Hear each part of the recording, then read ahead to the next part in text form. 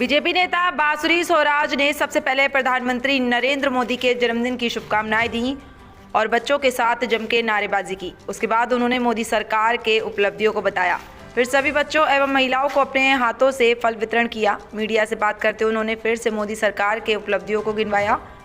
उसके बाद आम आदमी पार्टी के राज्यसभा सांसद राघव चड्ढा के शाही शादी के बाद सोशल मीडिया पर 2019 का वीडियो वायरल होने, जिसमें राघव चड्ढा एक पत्रकार को बता रहे हैं कि मैं सबसे गरीब उम्मीदवार हूं और गौतम गंभीर सबसे अमीर उम्मीदवार हैं। उनके सवाल पर बांसुरी स्वराज ने चुटकी ली। उन्होंने कहा कि आम आदमी पार्टी के नेता दोगली बात करते हैं, वो कहते कुछ हैं और दिखते कुछ हैं। वैसे राघव चड्ढा की शादी उनका व्यक्तिगत मामला है, लेकिन जब आप राजनीति में होते हैं तो व्यक्तिगत कुछ नहीं होता।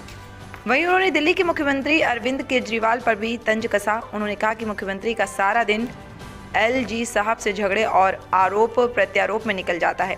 काम तो कुछ करना नहीं है उन्हें। वो पैरों में 600 के चप्पल पहनते हैं, लेकिन वो चप्पल गिरता है तो 6 करोड़ की मार्बल पर ही।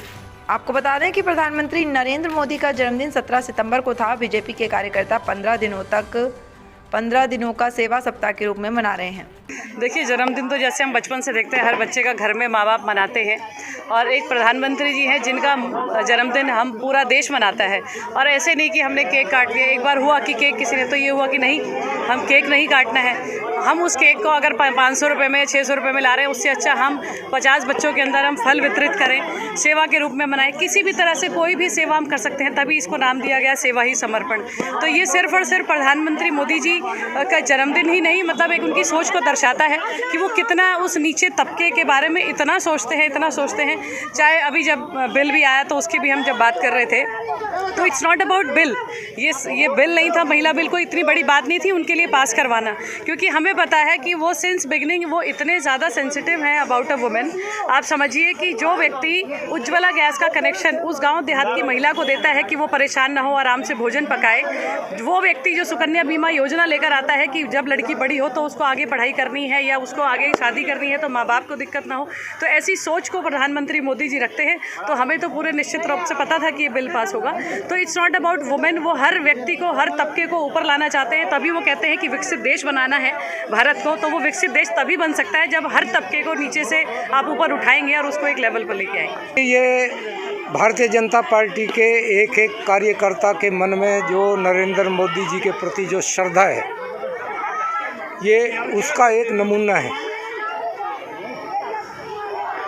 उनके आने के बाद जो विश्व में भारत की पहचान बनी है और जो भारतीय को विदेशों में मान सम्मान मिलता है, और देश के अंदर जो, चाहे वो धारा 370 हो, चाहे वो राम मंदिर का मुद्दा हो, चाहे वो 3 तलाक का मुद्दा हो, चाहे वो विश्वनाथ कॉरिडोर का मामला हो, और अब ये वुमेन रिजर्वेशन बिल का मामला हो, जो लगता था राजनीति में कि ये काम संभव ही नहीं है, ये मोदी जी की अपनी क्षमता और उनका प्रभाव है कि वो असंभव को भी संभव करके दिखा देते हैं। और उसी उनका जन्मदिन 17 सितंबर को था, और भारतीय जनता पार्टी ने तय किया कि हम पिछले वर्ष भी, उससे पिछले वर्ष भी, कि उनके जन्मदिन पे हम सेवा पखवाड़ा मनाते हैं, जो 17 सितंबर से लेके 1 अक्टूबर तक प्रतिदिन कहीं ना कहीं गरीब लोगों में, गरीब बस्तियों में, सेवा बस्तियों में हम लोगों की सेवा भाव से कोई ना कोई कार्यक्रम करते हैं। उसी के तहत आज ये अम्बेडकर बस्ती,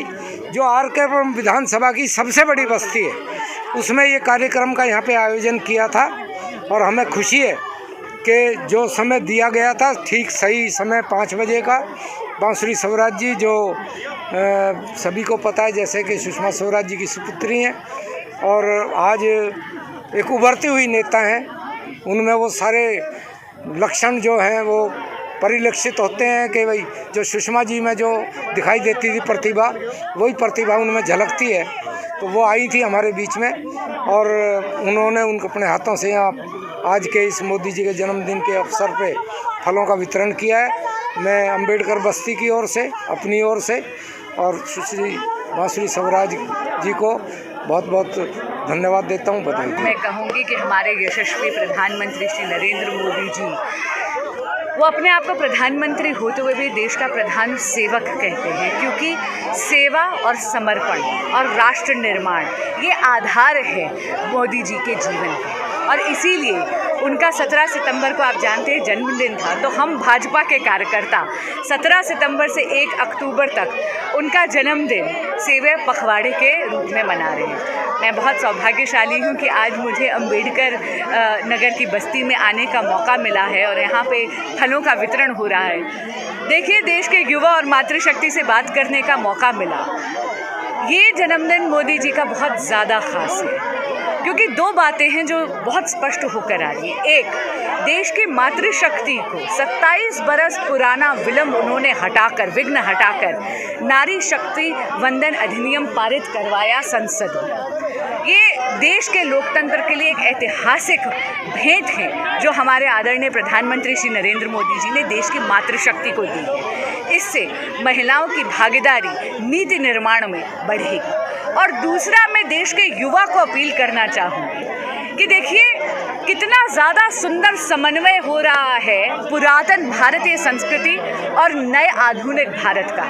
एक तरफ काशी विश्वनाथ का डेवलपमेंट हो रहा है, महाकाल का कॉरिडोर बन रहा है, और दूसरी तरफ देश का युवा ये देख रहा है कि भारत ने तिरंगा चंद्रयान 3 के माध्यम से दक्षिण ध्रुव पर अभी चंद्रमा पर लहराया है। और आपने ये भी देखा होगा कि बैंक सखी जैसे, आप जानते हैं कि यूपीआई ट्रांजैक्शंस अगस्त 2023 तक 10 बिलियन ट्रांजैक्शंस हो गए हैं। ये केवल और केवल इसीलिए मुमकिन है क्योंकि मोदी है तो मुमकिन है। उन्हीं की इस विजन को आगे बढ़ाते हुए, उनके सेवा, समर्पण और भारत के विकास के इस पूरे विजन को देखते हुए सेवा पखवाड़े हम लोग कर रहे हैं 1 अक्टूबर तक। और बस आपके माध्यम से हमारे आदरणीय प्रधानमंत्री जी को आभार, अभिनंदन और उनके जन्मदिन के लिए बहुत बहुत बधाई। सुरेश जी, थोड़ी दिल्ली पे आते हैं।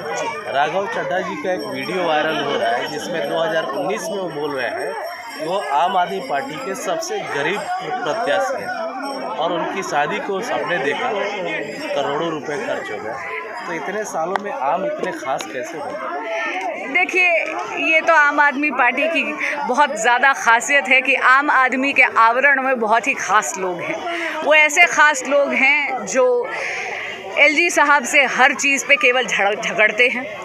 वो एक ऐसी सरकार हैं जो दिल्ली का विकास ना करने के लिए केवल और केवल ऐसे एक्सक्यूज़ेस ढूंढते हैं, बहानेबाजी करते हैं। तो अब ये जो बात उन्होंने करी है, ठीक है, शादी ब्याह उनका व्यक्तिगत मामला ज़रूर है, लेकिन जब आप राजनीति में होते तो कुछ भी व्यक्तिगत रहता नहीं है, क्योंकि आप एक पब्लिक पर्सनालिटी होते हैं। और जो आप बात कह रहे हैं बिल्कुल सच है। उन्होंने दोगली बात करी है। कहते वो अपने आप को आम आदमी है, लेकिन व्यवहार, आचार, प्रचार, प्रसार तो आम आदमी के प्रत्येक व्यक्ति का बहुत ख़ास आदमी की तरफ है। इसीलिए उनके जो आदरणीय मुख्यमंत्री हैं वो भी शीश महल में रहते, चाहे 600 रुपये की चप्पल पहने, लेकिन वो पड़ता तो 6 करोड़ के मार्बल पर है।